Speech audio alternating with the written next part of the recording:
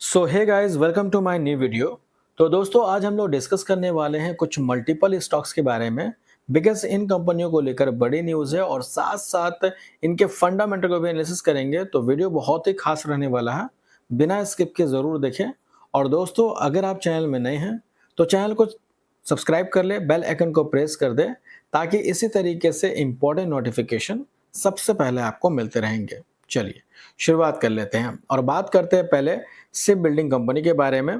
Company का नाम है गार्डन रिच शिप बिल्डर। अब दोस्तों, इस कंपनी को लेकर बड़ी न्यूज़ है। बिकॉज आप देखोगे तो 62.4 मिलियन डील विद द क्रास्टन रेयार्ड।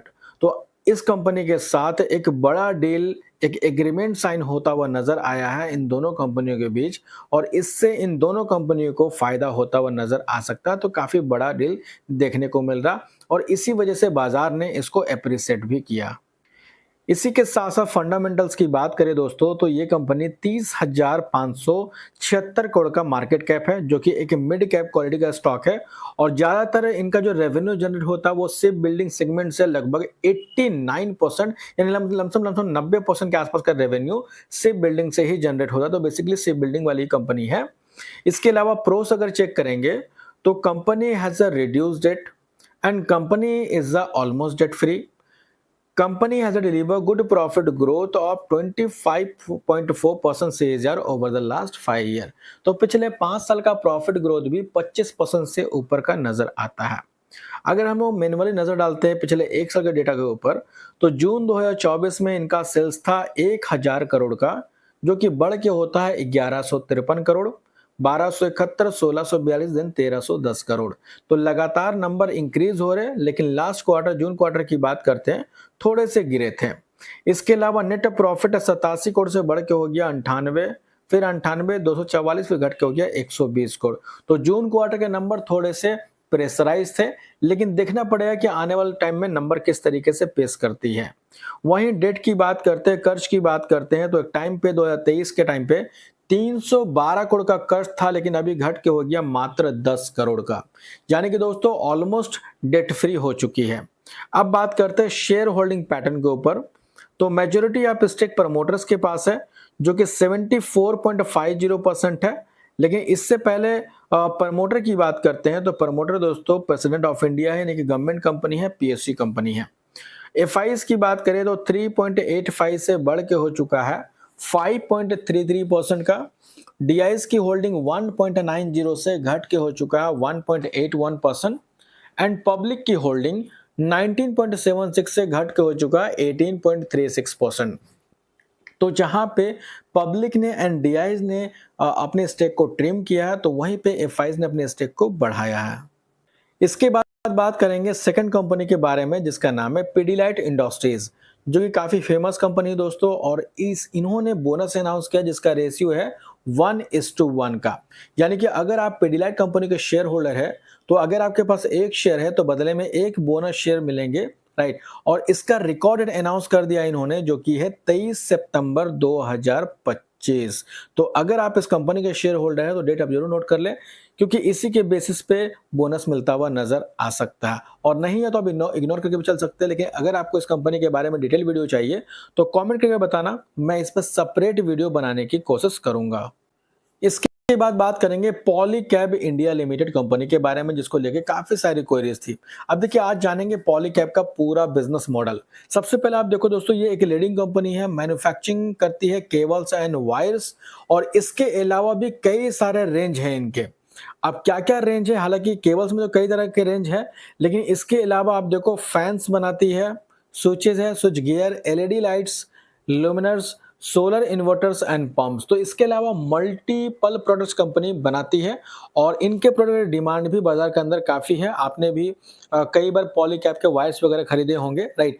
अब इनका जो बेसिकली रेवेन्यू जनरेट होता है, वो वायर एंड केबल से लगभग 84% का रेवेन्यू जनरेट होता है, और मार्केट कैप 1,15,000 करोड़ का है। यानी कि दोस्तों ये एक लार्ज कैप क्वालिटी का स्टॉक है। प्रोस भी अगर आप चेक करोगे तो company is almost debt free, and company has delivered good profit growth of 20.9% CAGR over the last 5 years। तो पिछले 5 साल का प्रॉफिट ग्रोथ लमसम 20% से ऊपर का नजर आता है। और अगर हम लोग पीएनएल चेक करते हैं पिछले 3 साल का, तो 14,000 करोड़ का सेल्स बढ़ के हो गया 18,000 crore, then 22,000 crore. Net profit 1283 से बढ़ के हो गया 1800, देन 2,000 करोड़। तो सेल्स एंड प्रॉफिट दोनों ही इंक्रीज होते हुए नजर आ रहे हैं। और किसी भी कंपनी का जो पीएनएल होता है वो हमेशा अप ट्रेंड मूवमेंट पे होना चाहिए। अब बात करते हैं इस कंपनी के बैलेंस शीट के ऊपर। तो डेट है कंपनी के ऊपर, यानी कर्ज की बात करें तो 200 करोड़ के आसपास का कर्ज नजर आता है, लेकिन रिजर्व 9,675 करोड़ का है। और करेंटली कैश इक्विवेलेंट देखोगे तो 400 करोड़ का कैश इक्विवेलेंट था, जो कि अभी बढ़ के हो चुका 771 करोड़। तो पहले के मुकाबले कैश इक्विवेलेंट इनका काफी ज्यादा मजबूत हुआ है। शेयर होल्डिंग पैटर्न में आप देखो तो majority of stake promoters hold करती है। एफआईज की होल्डिंग पहले के मुकाबले इंक्रीज हुई है, डीआईज की होल्डिंग भी पहले के मुकाबले इंक्रीज हुई है, और पब्लिक की होल्डिंग थोड़ी सी घटी है। अब बात करेंगे लास्ट स्टॉक के बारे में, जिसका नाम है बजाज फाइनेंस लिमिटेड। अब दोस्तों ये कंपनी एनबीएफसी सेक्टर में मार्केट लीडर है, जिसका मार्केट कैप 6,23,026 करोड़ का है। और अभी दोस्तों जैसा कि आप सभी को पता है कि इवेंट वाला सीजन आ रहा, और बहुत सारे डील्स वगैरह भी आपने देखा होगा ऑनलाइन प्लेटफॉर्म पे चालू हो चुका है। तो ऐसे में बजाज फाइनेंस क्या करती है, फाइनेंस का कामकाज करती है। कई सारे इलेक्ट्रॉनिक चीजें जो होती है वो फाइनेंस करती है। तो अभी लोग खरीदारी करेंगे, राइट, तो इस वजह से बाजार इसको अप्रिशिएट कर सकती है। हालांकि बाय और सेल करने का बिल्कुल भी रिकमेंड नहीं है। अब देखिए इस कंपनी के फंडामेंटल्स क्या है उसको हम लोग समझेंगे। सबसे पहले लार्ज कैप क्वालिटी का स्टॉक है, and company has delivered good profit growth 25.9% CAGR over the last 5 year. तो पिछले 5 साल का प्रॉफिट ग्रोथ 25% से ऊपर का है। और नंबर अगर देखेंगे पिछले 4 क्वार्टर का, तो देखिए 17,000 करोड़ का सेल्स आज बढ़ के हो चुका 19,000 करोड़, और उससे पहले भी नंबर अच्छे पेश किए गए हैं। नेट प्रॉफिट भी 4,000 करोड़ से बढ़ के हो गया 4300, देन 4700 करोड़। तो नंबर काफी अच्छे नजर आते हैं।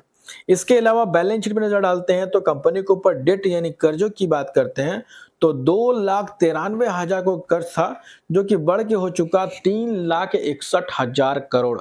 अब आप कहोगे इतना ज्यादा डेट कंपनी के ऊपर है। देखिए ये दोस्तों ये बेसिकली फाइनेंस वाला कंपनी है, और जो भी फाइनेंस वाली कंपनी होती है उसके ऊपर डेट बहुत ज्यादा होता है, क्योंकि वो भी बाजार में कर्ज देती है, राइट।